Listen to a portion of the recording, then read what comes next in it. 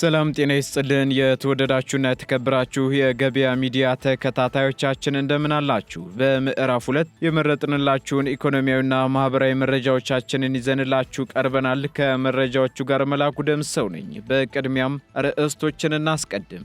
በሺዎች የሚቆጠሩ የጤና ተቋማት ላይ እርምጃ መወሰዱ ተነገረም። የእርምጃውን ምክንያትና የተቋማቱን ብዛት በዝርዝር የምናጋራችሁ ይሆናል። የቤት ሰራተኞችን የሚመለከተው አዲስ የኮንቬንሽን አዋጅና መመሪያ ሊጸድቅ መሆኑ ተሰማም። ይህ ይጸድቃል የተባለው ኮንቬንሽንስ ምን አይነት ጉዳዮችን በውስጡ ይዟል? የሚሉትንና የሚመለከተው አካል ማብራሪያም ይዘናል፣ የምትሰሙት ይሆናል። በበርካታ ነጋዴዎች ላይ ከባባድ እርምጃዎች እንደተወሰዱባቸው ተነገረም። የተወሰዱ እርምጃዎችና ምክንያቱስ ምንድነው? በዝርዝር ከምናጋራችሁ መረጃችን መካከል ይገኝበታል። የተጀመሩ የመንገድ ፕሮጀክቶችን በተመለከተ ከ1 ትሪሊዮን ብር በላይ የሚገመት ሀብት ያስፈልጋል ተባለም። የተወደዳችሁ ተከታታዮቻችን እነዚህንና ሌሎች ኢኮኖሚያዊና ማህበራዊ መረጃዎቻችንን ይዘንላችኋል። አዳዲስ እንዲሁም ትኩስ ኢኮኖሚያዊና ማህበራዊ መረጃዎቻችንን ለማግኘት ታዲያ የገበያ ሚዲያን እንድትወዳጁ እየጋበዝን በዝርዝር ወደምንመለከታቸው ዜናዎቻችን እናልፋለን።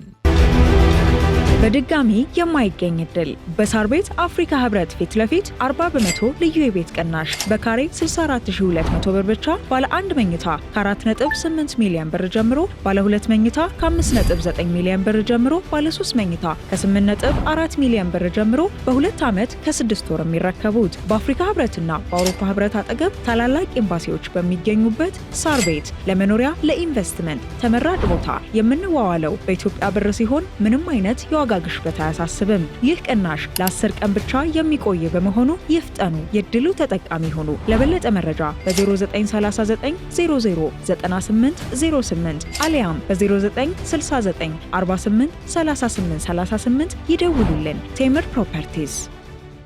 ኢትዮጵያ ከአገዋ ዕድል በመታገዷና አሜሪካ በጣለችው ታሪፍ ምክንያት 16% ታክስ እየተከፈለበት ወደ አሜሪካ የሚላከው የኢትዮጵያ አበባ ተጽዕኖ ውስጥ ገብቷል ተባለም። በዚህም ተጽዕኖ ምክንያት ኢትዮጵያ ለአበባ ምርቷ በአፍሪካ በመካከለኛው ምስራቅና በአውሮፓ ሀገራት አማራጭ ገበያ እያፈላለገች መሆኗም ተሰምቷል። የአሜሪካው ፕሬዝዳንት ዶናልድ ትራምፕ ኢትዮጵያን ጨምሮ ወደ አሜሪካ ምርቶቻቸውን በሚልኩ 100 ሀገራት ላይ ታሪፍ ላቸው ይታወሳል። ከዚህ ቀደም የአፍሪካ ሀገራት የተለያዩ ምርቶቻቸውን ከቀረጽ ነፃ ወደ አሜሪካ እንዲያስገቡ ከተሰጠው የአገዋ ዕድል ኢትዮጵያ መታገዷና በቅርቡ ደግሞ በተጣለው ታሪፍ ምክንያት ተጽዕኖ ካገኛቸው መካከል የአበባ ዘርፍ ተጠቃሽ መሆኑ ተነግሯል።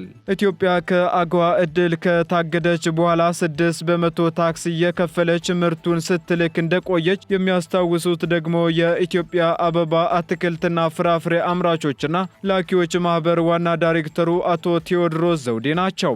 በዚህም የፕሬዝዳንት ትራምፕን ውሳኔ ተከትሎ የምንከፍለው ታክስ ወደ 16% ከፍ ብሏል ሲሉም ተናግረዋል። ታዲያ ተጽዕኖውን ለማቋቋም ኢትዮጵያ የአበባ አትክልትና ፍራፍሬ ምርቶችን ተጨማሪ ገበያዎችን እያፈላለገች ነው ያሉት አቶ ቴዎድሮስ ምርቶችን ወደ አፍሪካ፣ መካከለኛው ምስራቅና አውሮፓ ሀገራት በስፋት ለመላክ ስራ ተጀምሯልም ብለዋል። ኢትዮጵያ ወደ አሜሪካ ከላከችው አበባ እስከ 45 ሚሊዮን ዶላር ስታገኝ መቆየቷን በመግለጽም ኢኳዶርና ኮሎምቢያ በአሜሪካ ገበያ ኢትዮጵያን በአበባ ምርት የሚፎካከሩ ሀገራት እንደሆኑም ተጠቅሷል።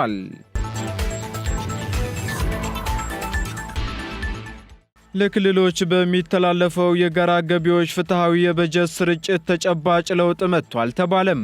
ከቅርብ ዓመታት ወዲህ ለክልሎች የሚተላለፈው የጋራ ገቢዎች የበጀት ስርጭትን ፍትሃዊ ለማድረግ በተሰራው ስራ ተጨባጭ ለውጥ መጥቷል ሲሉ የፌዴሬሽን ምክር ቤት አፈ ጉባኤ አገኘው ተሻገር ተናግረዋል። ይህ የተባለው ደግሞ በፌዴሬሽን ምክር ቤት የተዘጋጀው ውስን ዓላማ ባላቸው የድጎማ በጀቶች ትልልፍና በጋራ ገቢዎች ክፍፍል ላይ ያተኮረ የፌዴራልና የክልል ባለድርሻ አካላት የውይይት መድረክ ላይ ነው። በዚህም ከቅርብ ዓመታት ወዲህ በክልሎች መካከል ፍትሃዊ የሀብት ክፍፍል ለመፍጠር የተለያዩ ስራዎች መሰራታቸውን አፈ ጉባኤ አገኘው ተሻገር ገልጸዋል። ከዚህ ቀደም 4 ቢሊዮን ብር የነበረውን የክልሎች የጋራ ገቢ የበጀት ክፍፍል አሁን ላይ ከ70 ቢሊዮን ብር በላይ መድረሱን አንስተዋል። በተጨማሪም የድጎማ በጀት ስርጭትን ግልጽና ፍትሃዊ ለማድረግም የተለያዩ ስራዎች መሰራታቸው መሆናቸውንና በዚህም ተጨባጭ ለውጥ መምጣቱን አብራርተዋል። በሌላ በኩል ውስን ዓላማ ባላቸው ድጎማዎች የአሰራር ግልጸኝነትና የአተገባበር ክፍተት ላይ የሚነሱ ውስንነቶችን ለመፍታት የዳሰሳ ጥናት መካሄዱም በመድረኩ ተነስቷል። በዚህም ደግሞ የክልል መንግስታት ከፌዴራል መንግስታት ስለሚደረግላቸው ድጎማ ለሚመለከታቸው ተቋማት በግልጽ ማሳወቅ እንዳለባቸውም ማሳሰቢያ ተላልፏል። የተጀመሩ የመንገድ ፕሮጀክቶችን ለማጠናቀቅ ከ1 ትሪሊዮን ብር በላይ የሚገመት ሀብት ያስፈልጋል ተባለም። ይህ የተባለው የህዝብ ተወካዮች ምክር ቤት ባካሄደው 4ኛ ዓመት የሥራ ዘመን 33ኛ መደበኛ ስብሰባ ላይ ነው። በስብሰባው ላይም የምክር ቤት አባላቱ የተለያዩ ጥያቄዎችን ያነሱ ሲሆን በሀገሪቱ ለተጀመሩት የመንገድ ፕሮጀክቶችን የተመለከተው ጥያቄ ይገኝበታል። በዚህም የገንዘብ ሚኒስትር ዴኤታው ዶክተር ኢዮብ ተካልኝ ከህዝብ ተወካዮች ምክር ቤት አባላት ለተነሱ ጥያቄዎች ምላሻቸውን ሰጥተዋል። በምላሻቸውም በኢትዮጵያ የተጀመሩ የመንገድ ፕሮጀክቶችን ለማጠናቀቅ እስከ 1.5 ትሪሊዮን የሚገመት ሀብት እንደሚያስፈልግ ተናግረዋል። እንዲሁም ከተለያዩ የብድር አቅራቢ ተቋማት በተገኘ ብድርና ከልማት አጋሮች በተገኘ ድጋፍ በርካታ መንገዶች እየተሰሩ መሆኑን ሚኒስትር ዴኤታው ዶክተር ኢዮብ ተካልኝ ተናግረዋል። በተጨማሪም የሀገር ውስጥ ገቢን በማሳደግና ከልማት አጋሮች ሀብት ማሰባሰቡን አጠናክረን እንቀጥላለን ያሉት ዶክተር ኢዮብ ችግሩን ለመፍታትም የገንዘብ ሚኒስቴር ከሚመለከታቸው ባለድርሻ አካላት ጋር ውይይት ማድረጉን አንስተዋል። የምክር ቤት አባላቱም በሀገሪቱ ለተጀመሩት የመንገድ ፕሮጀክቶች ትልቅ ማነቆ የሆነውን በጀት መፍታት የሚያስችል የብድር ስምምነቶችን የገንዘብ ሚኒስቴር ሊያወጣ ይገባልም ብለዋል። በተጨማሪም የመንገድ መሰረተ ልማቶችን ለማስፋፋት ከአጋር የልማት ድርጅቶች ሀብት የማሰባሰብ ስራ በስፋት ሊሰራ እንደሚገባ የምክር ቤት አባላቱ መናገራቸውን ከምክር ቤቱ የተገኘው መረጃ ያመለክታል። የቤት ሰራተኞችን የሚመለከተው የኮንቬንሽን አዋጅ 189 ሊጸድቅ መሆኑን አንድነት ኢትዮጵያ የቤት ሰራተኞች ማህበር አስታወቀም። በዚህም ደግሞ የኮንቬንሽን ስምምነቱን ኢትዮጵያ ከፈረመች ዓመታት ቢቆጠርም እስካሁን ግን ተግባራዊ አልሆነም ሲሉ የአንድነት ኢትዮጵያ የቤት ሰራተኞች ማህበር የህብረቱ ፕሬዝዳንት ሂሩት አበራ ተናግረዋል።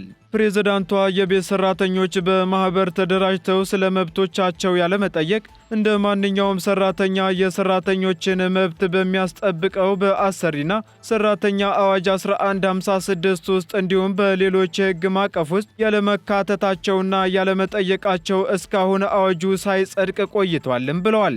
ስለ ቤት ውስጥ ሰራተኞች የሚያወሳውን ዓለም አቀፍ ስምምነት 189 ኮንቬንሽን ለምን አልተፈረመም የሚል ጥያቄ የቀረበላቸው ፕሬዝዳንቷ በህግ አውጪው በኩል ከሀገሪቱ ነባራዊ ሁኔታ ጋር አይጣጣምም ስለሚባል ነው ሲሉም አስረድተዋል። እንዲሁም መመሪያው ጸድቆ በስራ ላይ ቢውል የቤት ሰራተኞችን መሰረታዊ መብቶች የሚያስጠብቅ ከአሰሪዎቻቸው ጋር የሚኖራቸውን ግንኙነት የሚያስተካክልና የስራ አካባቢያቸውንም ምቹ እንዲሆን የሚያደርግ ነውም ብለዋል። ከሁሉም በላይ ግን መመሪያውና የስራ ቅጥር ውሉ የቤት ሰራተኞች ጉልበታቸው ሲዳከም እንደ ጡረታ ያሉ የማህበራዊ ዋስትና አገልግሎት እንዲያገኙ የሚያደርግ ነው በማለትም ገልጸዋል። በአሁኑ ወቅትም የቤት ሰራተኞች በስራና ሰራተኛ አገናኝ ኤጀንሲዎች የሚዋዋሉት ውል ምንም አይነት ህጋዊ መሰረት የሌለው ኃላፊነትን የማይሰጥና መብትና ግዴታን የማይለይ ነው ብለዋል።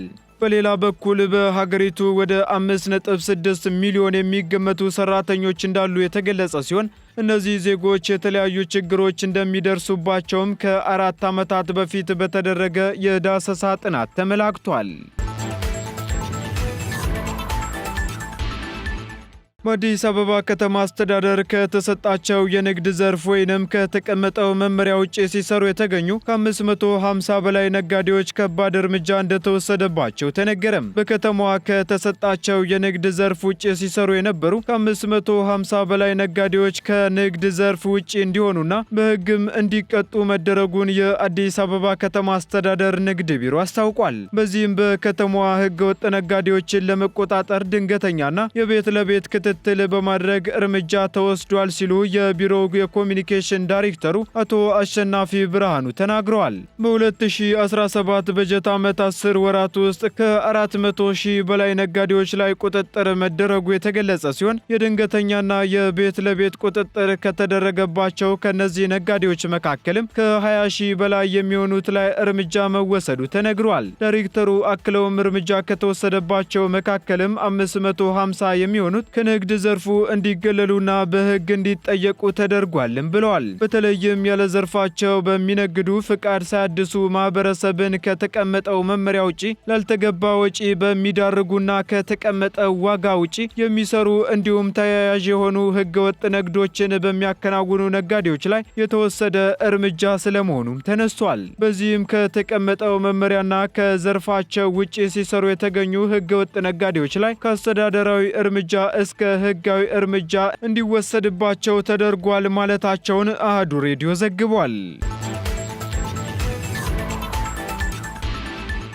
ውድ ተከታታዮቻችን ቀጥለናል። በመጨረሻ ወደ ዝርዝር መረጃችን ስንሸጋገር ከ1000 በላይ የጤና ተቋማት ላይ እርምጃ መወሰዱ ተነገረም። ባለፉት 10 ወራት በተደረገ የቁጥጥር ስራ 98 የጤና ተቋማት፣ 105 የመድኃኒት ችርቻሮ ተቋማት እንዲሁም 940 የምግብና ጤና ነክ ተቋማት ላይ እርምጃ መውሰዱን የአዲስ አበባ ምግብና መድኃኒት ባለስልጣን አስታውቋል። እርምጃው ከተወሰደባቸው 1143 ተቋማት 946ቱ ተቋማት የጽሑፍ ማስጠንቀቂያ፣ 220 በጊዜያዊነት የታሸጉና 7 ተቋማት ደግሞ ብቃታቸው የተሰረዘባቸው መሆናቸውን በባለስልጣኑ የምግብና ጤና ነክ ቁጥጥር ዳይሬክተሩ አቶ እስጢፋኖስ ጌታቸው ተናግረዋል።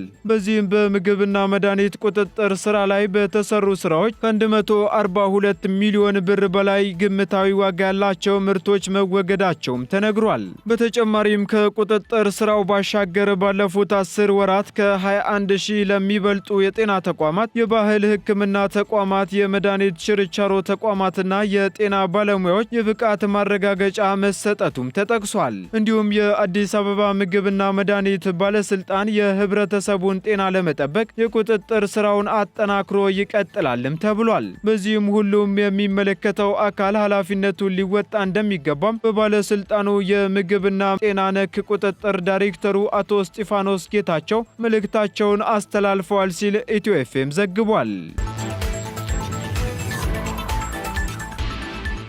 የተወደዳችሁ ተከታታዮቻችን ለምዕራፍ 2 ያዝንላችሁ ኢኮኖሚያዊና ማህበራዊ መረጃዎቻችን እነዚህን ይመስሉ ነበር። አዳዲስ እንዲሁም ትኩስ ኢኮኖሚያዊና ማህበራዊ መረጃዎቻችንን ለማግኘት ታዲያ የገበያ ሚዲያን እንድትወዳጁ እንጋብዛለን። ሰናይ ጊዜን ተመኘን።